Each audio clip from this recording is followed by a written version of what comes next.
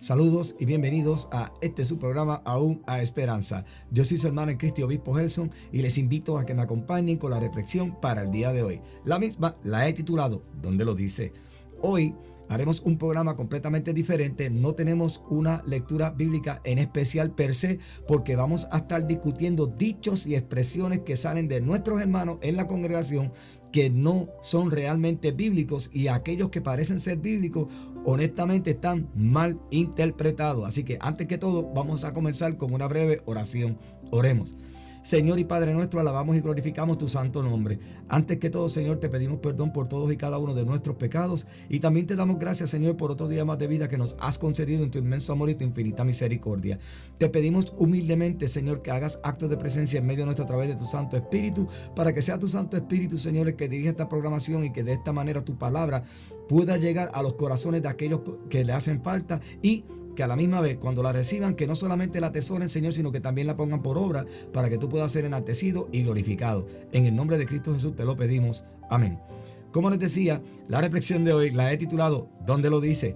Vamos a estar cubriendo ciertas, no todas, porque son muchas las expresiones que utilizan los hermanos que están mal utilizadas dentro de la congregación, y a través de que salen a evangelizar tienden a utilizar estos dichos o tienden a decirlo en algún lugar público donde estén, y la gente a veces se puede confundir y pensar que eso es lo que dice la Biblia, pero realmente no lo es. Vamos a comenzar con uno que es conocido por muchas personas. ¿Cuántas de ustedes habrán escuchado a alguien decir Dios me dijo, Dios me reveló, o Dios me dijo que te dijera? Pues ¿saben qué? La Escritura no enseña que Dios necesita darnos una revelación privada a nosotros a través de otra persona.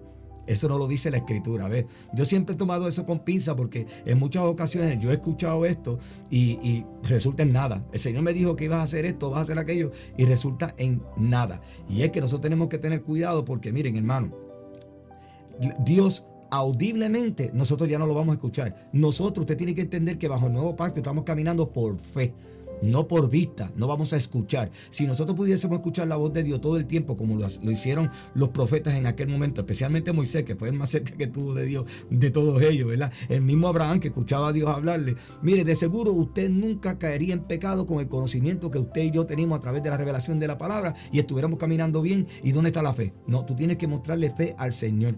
¿Ve? Y por eso es que nosotros no lo escuchamos. Nosotros ahora lo que tenemos es al Espíritu Santo, que es quien nos revela y quien nos dirige todos los días. ¿A través de qué? De lo que vamos a leer inmediatamente, porque Dios nos revela a nosotros todito a través de su palabra.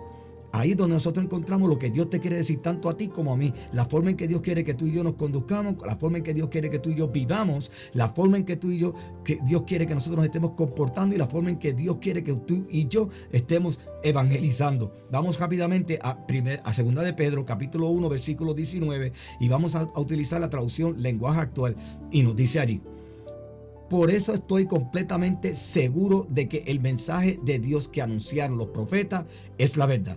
Por favor, préstenle atención a ese mensaje, pues le dirá cómo vivir hasta el día en que Cristo vuelva y cambie sus vidas. Alabado sea Dios. Estamos viendo, tenemos que prestarle atención al mensaje de la palabra, porque es el que nos lleva a nosotros a cómo, nos enseña a nosotros cómo vivir día a día hasta el momento en que Cristo regrese. Vamos rápidamente al libro de Hebreos, capítulo 1, versículo 1 al 2, y esta vez nueva versión internacional. Dice allí: Dios, que muchas veces y de varias maneras habló a nuestros antepasados en otras épocas por medio de los profetas, en estos días finales, escuchen bien, nos ha hablado por medio de su Hijo. A este lo designó heredero de todo, y por medio de él hizo el universo. Aleluya. Y entonces, si ahora nos ha hablado a través de Cristo, y Cristo es la palabra hecha carne, pues entonces ¿a quién le debemos hacer caso? ¿Quién es el que te está hablando a ti todos los días? Dios, a través de la palabra, y el Espíritu Santo revelando lo que Dios quiere que tú sepas. Vamos rápidamente al libro de Juan, capítulo 1, versículo 1 y el versículo 14, para que podamos entender eso allí. Dice: en el principio la palabra ya existía, la palabra estaba con Dios, y la palabra era Dios. Entonces la palabra se hizo hombre y vino a vivir entre nosotros. Estaba lleno de fidelidad y amor inagotable, y hemos visto su gloria, la gloria del único Hijo del Padre. Palabra de Dios. Estamos viendo. Si Dios quiere hablarte a ti ahora, lo hace a través de su palabra, dirigida por el Espíritu Santo en tus corazones. Usted no tiene que estar escuchando a nadie que le diga Dios me dijo, el Señor me dijo que te dijera. Mire, hermano, tengan cuidado. No quiero que tomen esto como que los estoy criticando. No estoy criticando aquí a nadie. Lo que les estoy diciendo es lo que me enseña a mí la Escritura. Y ustedes saben que en este programa todo lo hacemos a base de la Escritura. Por eso es que yo les presento en pantalla a ustedes los versículos que estamos tratando día por día. Y si la palabra me dice a mí que ahora, antes, en el antaño, Dios le hablaba a su pueblo porque usaba un profeta y les decía al profeta lo que le tenía que decir a ellos, ahora Dios ha hablado por Cristo. Y si Cristo es la palabra, quiere decir que lo que Dios me quiere decir a mí diario está en la Escritura, y es a través de la Escritura que el Espíritu Santo me habla, me redarguye y me revela a mí. Yo no tengo que estar escuchando a nadie que me diga Dios me dijo, porque en muchas de las ocasiones, como les dije hace unos segundos atrás, yo he escuchado eso en muchas denominaciones, en muchas congregaciones, y ¿sabe qué? Nunca pasa nada. ¿Y cómo queda la persona? Ahí se lo dejo para que usted piense. Otro dicho que utilizan mucho los hermanos, y este es bien importante, dicen, yo declaro, yo decreto. Ay, mi madre, Señor. Mire, la Escritura no nos enseña a nosotros a que debemos declarar por lo que queremos ni por lo que le pedimos para interceder por otra persona. Y esto es una frase muy común que nosotros encontramos a través de muchos hermanos. Yo decreto en el nombre de Dios salud. Yo decreto esto porque esto va a ser tu vida. Yo decreto sanidad. Yo decreto prosperidad. Y usted sabe una cosa, usted está cometiendo un grave error, porque en unos programas atrás yo les comentaba a ustedes que la única persona que tiene potestad para decretar algo es un rey. Una persona que puede decretar una ley dentro de un reinado, ¿ve? Y las personas tienen que obedecer eso. Y ahora mismo el único que puede decretar en tu vida y en la mía es Cristo. ¿Quién eres tú para decretar qué si nosotros no tenemos poder de nada? Absolutamente nada. Nosotros tenemos que tener la voluntad de Dios. Eso es lo que enseña la Escritura, que tenemos que ser conforme a la voluntad de Dios. Tenemos que pedir con humildad y con obediencia y sin ser prepotentes ni arrogantes cuando le pedimos a Dios que haga algo tanto por nosotros o que interceda por otra persona. Pero usted no puede decirle, yo decreto en el nombre de Dios. Mire, usted no puede decretar porque usted está poniéndole a Dios palabra en la boca y usted está diciéndole a Dios, usted tiene que hacer porque yo decreté en tu nombre, porque tú dijiste. No, eso es peligroso y eso es faltarle respeto a Dios. Mire lo que nos dice a nosotros en el libro de Santiago, capítulo 4, versículos 15 al 16, nueva traducción viviente. Dice allí, lo que deberían decir es, si el Señor quiere, viviremos y haremos esto o aquello. De lo contrario, están haciendo alarde de sus propios planes y semejante jactancia es maligna. Alabado sea Dios. ¿Están viendo? Cuando tú dices, yo declaro sanidad para ti, yo declaro prosperidad para ti, tú estás haciendo alarde, tú estás siendo un prepotente, un arrogante, porque tú no puedes hacer nada sin la voluntad de Dios. Vuelvo y le repito, Cristo dijo, nada podéis hacer sin mí, y eso que nosotros no podemos hacer sin Cristo es bajo la voluntad estricta de Él, no de nosotros. ¿Quiénes somos nosotros para imponerle a Dios que haga algo? No somos nadie, somos pecadores, nosotros necesitamos de Él, nosotros necesitamos de Él, escuchen, no Él de nosotros. Él nos creó, Él nos ama, Él nos quiso salvar, pero realmente en el estado pecaminoso que usted y yo estamos, quien necesita de Dios somos nosotros. ¿Quién se cree usted y yo que podemos ir adelante de Dios y decir, yo decreto sanidad para este hombre y Dios lo va a hacer? No, porque si ese hombre se murió y no se levantó, usted sabe cómo usted va a quedar ante las personas que lo escucharon ustedes decir semejante disparate. Tengan cuidado, hermano. No me tomen el programa, la reflexión de hoy, como que estoy criticando. Yo estoy tratando de educarlos a ustedes para que ustedes vean que se dicen muchas cosas dentro de las congregaciones que realmente no son bíblicas. Y después se adoptan a tal grado que, miren, la dan por cierto y hasta discuten. No, Dios me dio permiso a decretar. ¿Dónde? Y le voy a traer otro programa en la semana con esto de relación de juzgar, porque muchos dicen que Cristo nos autorizó a nosotros juzgar, y ese versículo está sacado fuera de su contexto original, pero no voy a tocar eso ahora porque eso es un tema para durante la semana. Otro dicho que escuchamos, todos somos hijos de Dios. No, porque al final del día todos somos hijos de Dios. Eso no es lo que enseña la Escritura. La Escritura no nos enseña a nosotros que todos somos hijos de Dios. La Escritura sí nos enseña que todos somos creación de Dios. No somos hijos de Dios. Hijos de Dios solamente hay uno y se llama Cristo Jesús. Nosotros somos hechos hijos de Dios cuando venimos a los pies de Cristo. No porque seamos hijos de Dios, porque Dios solamente tiene uno y se llama Cristo Jesús. Por eso es que dice Juan 3:16 que Él dio a su Hijo unigénito. Es único en su clase, no hay otro, pero es uno nada más. ¿Ve? No somos usted y yo, nosotros somos hechos hijos de Dios cuando venimos a Cristo. Mira lo que nos dice a nosotros en el libro de Juan, capítulo 1, versículo 12, y esta vez estamos usando la Reina Valera del 60. Dice allí, mas a todos los que le recibieron, a los que creen en su nombre, les dio potestad de ser hechos hijos de Dios. Está bien, se lo subrayé, hechos hijos de Dios, porque no somos hijos de Dios, el único hijo de Dios es Cristo Jesús. Nosotros nos hacemos hechos hijos de Dios y venimos a la gran familia de Dios cuando nosotros recibimos, aceptamos a Cristo y somos bautizados con el poder del Espíritu Santo. Estamos viendo, vamos a ver ahora rápidamente lo que nos dice en el libro de Juan, capítulo 8, versículos 42 y el versículo 44, Nueva Biblia, las Américas. Dice allí: si Dios fuera su Padre, me amarían, porque yo salí de Dios y vine de Él. Ustedes son de su padre el diablo y quieren hacer los deseos de su padre. Él fue un asesino desde el principio y no se ha mantenido en la verdad porque no hay verdad en él. Palabra de nuestro Señor Jesucristo. ¿Están viendo? Eso quiere decir que no todos somos hechos hijos de Dios, porque los hijos hechos de Dios son aquellos que aceptaron a Cristo y están viviendo, tratando de vivir una vida en santidad todos los días. Día a día se levantan y perseveran hasta el fin bajo la dirección del Espíritu Santo. Y los que no son hijos de Dios, que son los que no han aceptado a Cristo, Cristo lo dijo bien claro: ustedes son hijos del diablo porque están bajo la maldad, están actuando como los impíos, están maquinando cosas malas. Así que no todos somos hechos hijos de Dios, y escuchamos eso a menudo en las congregaciones. Yo he escuchado personalmente, hermanos, decir: no todos somos hijos de Dios, todos fuimos hechos. No, todos fuimos creados por Dios, pero no todos somos hechos hijos de Dios, porque tú comienzas a ser hecho hijo de Dios cuando tú aceptas a Cristo Jesús, te arrepientes de tus pecados y vienes a caminar en obediencia con Él. Así que mientras tú estés en el mundo como un impío, no eres hecho hijo de Dios, eres hijo del diablo, como lo está diciendo la palabra en esta mañana. Y lamentablemente esto suena fuerte, pero es la realidad, porque son palabras de nuestro Señor Jesucristo, no son palabras de Gelson Morales, ¿ok? Vamos a tocar otro dicho: ayúdate que yo te ayudaré. ¿Dónde usted ha escuchado eso? Eso es un dicho que no lo dice ni la Biblia. Eso es un dicho popular entre las personas que no conocen la Escritura, porque en ningún lugar de la Escritura dice: ayúdate que yo te ayudaré. Y especialmente en Puerto Rico yo lo he escuchado muchísimo. En el campo, en la misma ciudad, en la escuela. Cuando me criaba en la escuela, yo escuchaba hasta maestros decirlo: mira, la Biblia dice: ayúdate que yo te ayudaré, aplícate para que puedas pasar de... Mire, ¿dónde dice eso en la Escritura? Eso es un dicho popular, pero no es lo que dice la Escritura. Nos dice a nosotros en el Salmo 37, versículo 5, Reina Valera del 60, lo siguiente. Dice allí: encomienda a Jehová tu camino y confía en Él y Él hará. Palabra de Dios. Estamos viendo: encamínate, confía en Dios y Dios va a hacer. No dice: ayúdate y que yo te ayudaré. No, Señor. Dios no te está mandando a ti a hacer. Si tú pudieras hacer por ti mismo, vuelve lo repetido en tantos programas: ¿para qué vino Cristo entonces si tú puedes hacer por ti mismo?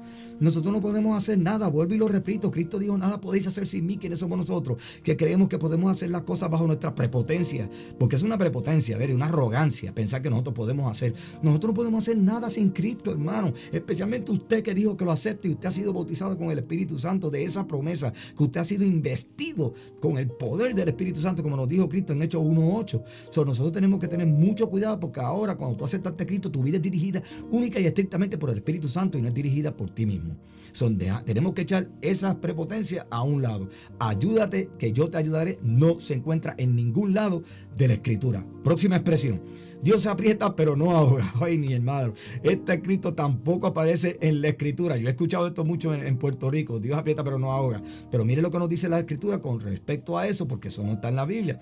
Primera de Corintios, capítulo 10, versículo 13, Dios habla hoy. Dice allí: ustedes no han pasado por ninguna prueba que no sea humanamente soportable, y pueden ustedes confiar en Dios, que no los dejará sufrir pruebas más duras de lo que pueden soportar. Por el contrario, cuando llegue la prueba, Dios les dará también la manera de salir de ella para que puedan soportar. Alabado sea Dios. Estamos viendo. No digan que Dios aprieta pero no ahoga, porque no es Dios. No es Dios el que te pone la presión. La presión viene por pruebas que nos vienen a nosotros día a día, y muy en especial por nuestras propias elecciones, que muchas de las veces son erradas y nos traen malas consecuencias. Nos sentimos abatidos, nos sentimos completamente deprimidos, vencidos. Nos sentimos débiles, nos sentimos que somos impotentes ante situaciones que nos suceden en la vida. Y ¿sabes qué? Esas cosas que están suceden porque tú lo elegiste, pero a su vez Dios no va a permitir que esa carga que tú te llevas no sea más de la que tú puedas soportar. No diga que Dios aprieta pero no ahoga, porque no es Dios que te la está imponiendo, eres tú mismo con tu elección. estamos viendo, y esta expresión yo la escucho mucho en Puerto Rico, yo no sé si en otro país lo dicen, pero esta es una que yo he escuchado aún dentro de las congregaciones. Otro dicho: Dios me acepta como soy. Este es muy importante. Dios me acepta como soy. Miren, la escritura no dice nada de que Dios te acepte a ti tal y como eres, y mucho menos que puedas pertenecer a Cristo en la condición pecaminosa en que tú estás. ¿Cómo tú podrías decir Dios me acepta como yo soy? No, Dios te acepta a ti como su creación, como ese ser humano que Él creó, que para que fuera libre de pecado y viviera eternamente, y ahora vienes arrepentido delante de Él pidiendo perdón y quieres vivir una vida recta delante de Él. A Él te aceptó. Pero no me digas tú a mí que Él te va a aceptar en tu condición y tú le vas a servir a Cristo en la condición pecaminosa que tú estás, porque eso es un soberano disparate, hermano. Y eso viene, ya mismo voy a tocar el próximo dicho, porque ese otro dicho viene bien atado a este, porque por eso es que muchas personas andan por ahí con esta cuestión de que Dios ama a los homosexuales, que lo que no ama es el pecado en él, y eso es peligroso. Eso es peligroso porque Dios es bien claro en su escritura lo que dice a él sobre eso y lo que él piensa. Para él eso es una abominación. Usted no puede decir Dios lo va a aceptar a él como es él porque él es homosexual, venga a la iglesia. No, Dios lo acepta cuando él se arrepienta, porque mientras está en el pecado, Dios no lo mira, Dios no lo escucha. Lo vamos a leer ya mismo porque eso lo dice la palabra. No lo estoy diciendo yo, y aunque suene duro, es la palabra de Dios.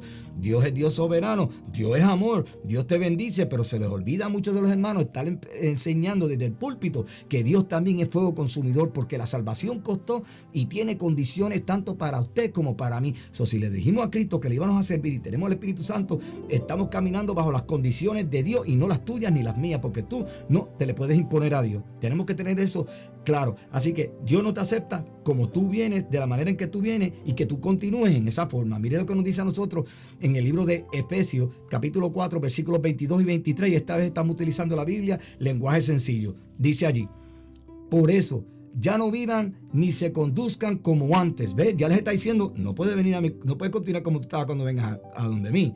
Cuando los malos deseos dirijan su manera de vivir, cuando tus malos deseos te dirigían, así vivías tú no puedes pretender venir a Cristo y seguir con esos malos deseos, porque entonces ¿dónde está tu nacimiento? ¿Dónde está tu cambio? Estamos viendo, hermano. Ustedes deben cambiar completamente su manera de pensar y ser honestos y santos de verdad, como corresponde a personas que Dios ha vuelto a crear para ser como Él. Aleluya. Personas que Dios ha vuelto a crear de todos aquellos que nacieron de nuevo. Tienes que nacer de nuevo. Ve, baja las aguas bautismales, sale de las aguas, queda sellado con el Espíritu Santo. Ahora el Espíritu Santo comienza a transformar tu vida día a día, y tú comienzas a ser una criatura nueva. Pero ¿cómo tú puedes pretender ser una criatura nueva diciendo que Dios te acepta en el estado que tú estás y vas a venir a servirle a Dios en ese estado? Porque es un soberano disparate. Acabamos de leer ahora mismo que tú tienes que cambiar tu forma de vivir y dejar esa vida vieja que tú tenías atrás para que puedas servirle al Señor. Ahora viene el dicho que va atado a este, y por este dicho han causado muchos problemas porque las personas creen que están bien. Y yo personalmente tuve una pequeña tertulia con unos hermanos dentro de una congregación donde ellos me porfiaron que eso sí era bíblico, y yo le pedí que me lo probaran en la Biblia y nunca me lo pudieron probar porque es un soberano disparate. Pero ese dicho dice lo siguiente: Dios ama al pecador, pero aborrece su pecado, o aborrece el pecado en él. Esto en la escritura no dice tal cosa. Al contrario, eso va en contra de lo que dice la escritura. Eso es un soberano disparate decir que porque una persona es pecadora, Dios también lo ama. Lo que no ama es el pecado en él, porque Dios no puede estar de frente al pecado. Y por tal razón, si la persona es el portador del pecado y Dios no puede estar frente al pecado, tampoco puede estar frente a ese portador, porque está reflejando el pecado que Dios no quiere saber de él. Dios es santo y puro, no puede estar frente al pecado. Decir que Dios ama al pecador y lo que no ama es el pecado en él es un soberano disparate, y eso no está ni en la Biblia. Vamos a leer rápidamente a ver qué es lo que Dios dice sobre la persona que se encuentra en estado pecaminoso todo el tiempo. Nos dice a nosotros en el Salmo 5, versículos 4 al 5, Reina Valera del 60. Dice allí: porque tú no eres un Dios que se complace en la maldad.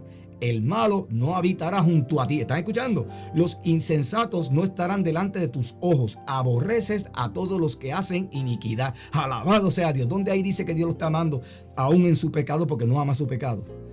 No, ahí está diciendo que Dios aborrece a todo el que está haciendo iniquidad, que está haciendo un impío. Salmo 7, versículo 11, Reina Valera del 60, nos dice lo siguiente: Dios es juez justo y Dios está airado contra el impío todos los días. Aleluya. Entonces, ¿cómo usted me puede decir a mí que Dios ama el pecado, lo que no ama es el pecado en él, cuando que dice que el que está en pecado, el que es impío porque es pecado adrede, Dios está enojado con él todos los días? ¿Cómo lo puede amar entonces? Dígame. Tenemos que coger estas cosas con pinza, hermano, porque estas frases son las que tienen a este mundo loco.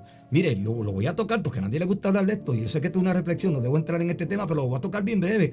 Este es el asunto por el cual los homosexuales piensan y han creado sus propias iglesias pensando en que Dios, aunque ellos sean homosexuales, los sigue amando, no importa el pecado en que ellos se encuentren. Y eso es un soberano disparate. Si tú no te arrepientes de tus pecados y vienes a caminar con Cristo para que seas creado una vida nueva en el Espíritu Santo, tú no vas a ser salvo, no vas para ningún lado. Tenemos que dejar las cosas claras como lo dice la Escritura. No significa que no los amemos, no significa que no vamos a llevarle el mensaje de salvación, no significa que no los vamos a tratar con dignidad y con respeto, ¿ve? Porque siguen siendo creación de Dios. Que están en el pecado, bueno, eso es un asunto de él con Dios. Tú ni yo lo podemos juzgar, pero sabemos que la Biblia dice exactamente lo que Dios piensa sobre ese tipo de pecado, ¿ve? Y cómo usted puede pensar entonces que Dios lo ama estando él en ese pecado. Y es por eso que ellos creen que Dios los ama y van a las iglesias y reclaman, tienen hasta Biblias propias, tienen iglesias de ellos nada más, pensando en ese disparate que ha salido de la boca de muchos de los cristianos. Así que todos ustedes, si han utilizado esa frase, dejen de utilizarla. Dejen de utilizarla, porque están llevando a esa persona que lo está escuchando a usted a un error.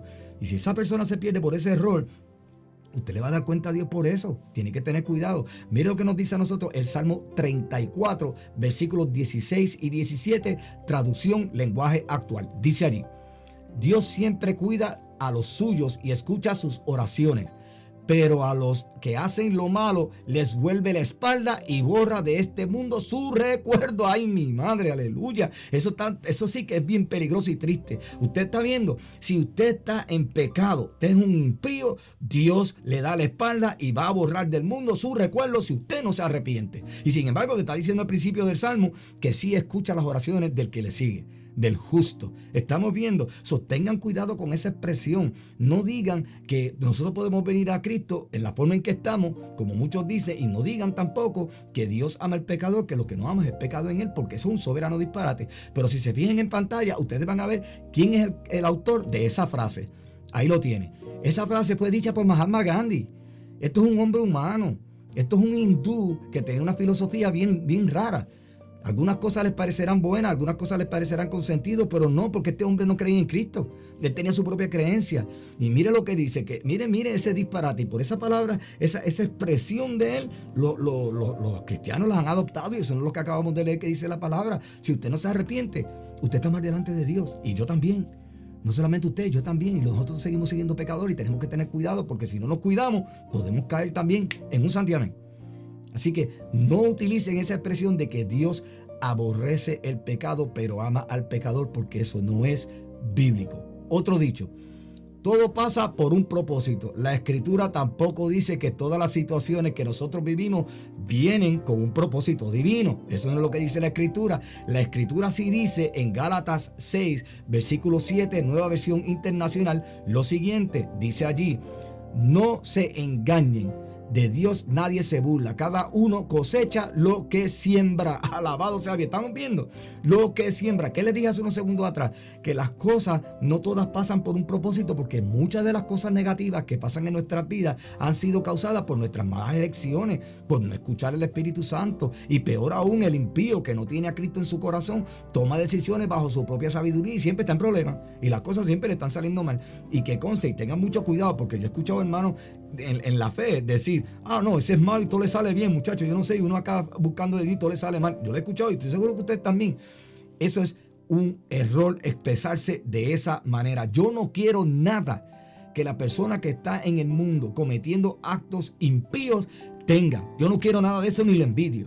Yo prefiero seguir la vida que llevo con Cristo a duras penas, porque caemos y nos levantamos, y es difícil, no es fácil, ¿ves? Porque Cristo nunca dijo que iba a ser fácil, nos dijo que íbamos a tener muchas aflicciones. Yo prefiero mantenerme en esa brecha perseverando, que me caigo y me levanto y sigo hasta el día en que Cristo venga, con la fe y la esperanza de que voy a ser salvo, a tener una vida de lujo, lleno de todo lo que yo quiera, impía, y estar lejos de ti y perder mi vida eterna. No, Señor.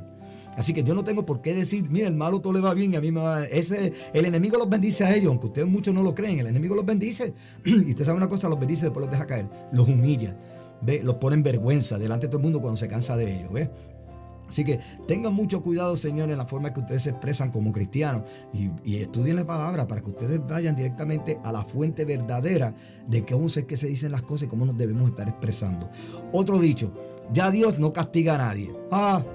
La escritura no dice que Dios no castiga a nadie, hermano. Eso es otro dicho que también, quizás ustedes no, yo sí lo he escuchado en muchas denominaciones, muchas congregaciones, amistades mías que dicen, no, ya Dios no castiga a nadie porque ahora estamos bajo un nuevo pacto y ahora el castigo quizás va a ser al final y tiene la oportunidad de arrepentirse y Dios no exige tanto como exigía en el Antiguo Testamento porque es un nuevo pacto. Sí.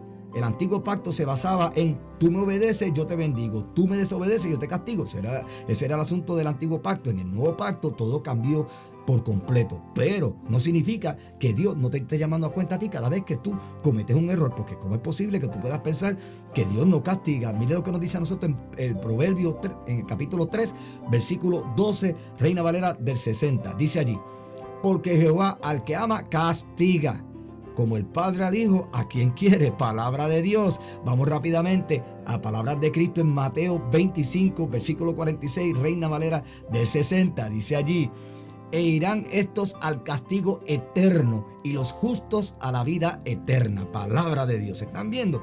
Dios castiga, Dios te llama a cuenta. Claro, muchas situaciones, como le dije hace unos segundos atrás, vienen por las decisiones malas que nosotros tomamos. Y eso nos lleva a nosotros a las consecuencias que eso trae. Y las consecuencias pueden ser nefastas y nos sentimos mal y a veces abatidos por eso. Pero Dios está ahí presente para ayudarte. Lo único que tú tienes que hacer es reconocer que lo hiciste sin Él, que metiste la pata, que te arrepientes de haberlo hecho y vuelve y Dios te levanta y engrana y sigue caminando por esa brecha que ya Él tiene trazada para ti, pero no puedes estar pensando de que Dios no nos va a castigar porque Dios es soberano. Dios hace lo que Él quiere. Ahí lo está diciendo en el mismo libro de Proverbios, capítulo 3, nos acaba de decir que el que ama al Hijo lo reprende y Dios como nos ama nos va a reprender. Así que no esté pensando que Dios no castiga porque Dios es fuego consumidor. La misma palabra nos lo enseña de esa manera. Próximo dicho, Dios bendice al dador alegre. ¡Wow! Esto no está en la escritura por ningún lado, hermano. Dios no bendice al dador alegre. Eso está correctamente, malamente, incorrectamente dicho, perdonen. ¿Por qué? Porque lo escucho muchas veces en la iglesia. Mira, da la ofrenda porque Dios bendice al dador alegre. Mira, da el diezmo porque Dios bendice al dador alegre. Que del diezmo vamos a hablar en otro programa más adelante. Pero eso es un disparate porque eso no es lo que dice la palabra. Mire lo que nos dice en 2 de Corintios capítulo 9, versículo 7, traducción lenguaje actual. Dice allí, no tenemos que dar con tristeza ni por obligación. Dios ama al que da con alegría. Aleluya. Dios ama al que da con alegría. No dice Dios bendice al dador alegre. ¿Estamos viendo? ¿Por qué tenemos que sacar la palabra de Dios fuera de su contexto y añadirle cosas que no dicen? Tienen que tener cuidado porque al cierre del Apocalipsis, Cristo hizo una advertencia del que añadiera a la palabra o le quitara. Estamos viendo. Y cuando usted dice que Dios bendice al dador alegre, usted está añadiéndole y le está poniendo palabra en la boca a Dios, cosa que no está escrita en la palabra, cosa que Cristo nunca dijo. No lo dice en ningún lado. Aquí acabamos de leer que Dios ama al que da alegremente. Y cuando usted da alegremente, es que usted da de corazón, porque usted le sale, le nace. Por eso que Pablo dice, cada uno dé conforme se propuso en su corazón. Cuando usted lo da de corazón, porque le sale, porque le nace, porque tiene la misericordia, el aquel de querer ayudar a alguien, usted lo hace, porque le nace darle a Dios para que la obra adelante. Alabado sea Dios. Dios lo ama a usted y está alegre con usted. Pero no significa que Dios te va a bendecir, porque si ese fuese el caso, entonces todo el mundo estuviera dando, porque como Dios bendice al dador alegre, pues yo voy a dar todo el tiempo para que Dios me dé. Y eso es hacer trueque con Dios y usted no puede negociar con Dios. Tan sencillo como eso. Usted tiene que dar con alegría porque le salió del corazón. Si te sale $1 porque es lo único que tenía, pues das $1. Si no te salió nada porque no tienes nada, pues vete a orar para que Dios ayude a la obra y a la persona que sea. Pero no diga que Dios va a bendecir al dador alegre porque eso no es bíblico. Eso no está en ningún lado. Así que, hermanos y hermanas, tenemos que escudriñar las escrituras todos los días. Solo así podemos hablar correctamente y de esta manera vamos a poder presentar un evangelio limpio, correcto y sin adulterar. Y solo así nosotros vamos a conocer la verdad que está allí escrita. Los dejo con el libro de Juan, capítulo 8, versículo 32, nueva versión internacional, y nos dice nuestro Señor Jesucristo, y conocerán la verdad, y la verdad los hará libre. Alabado sea Dios. Y todos sabemos que la verdad se encuentra en Cristo Jesús. Que Dios me lo continúe bendiciendo.